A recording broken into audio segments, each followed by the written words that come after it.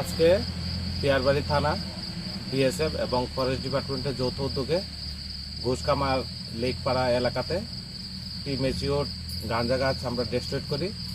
এর মধ্যে টোটাল 6 থেকে 6,500 গাঁজা গাছ আমরা ডেস্ট্রয়েড করি এবং ঘটনাতেই আগুন দিয়ে নষ্ট করি। এই ইয়েতে আমরা টোটাল সর্বমোট 45 জন ছিলাম।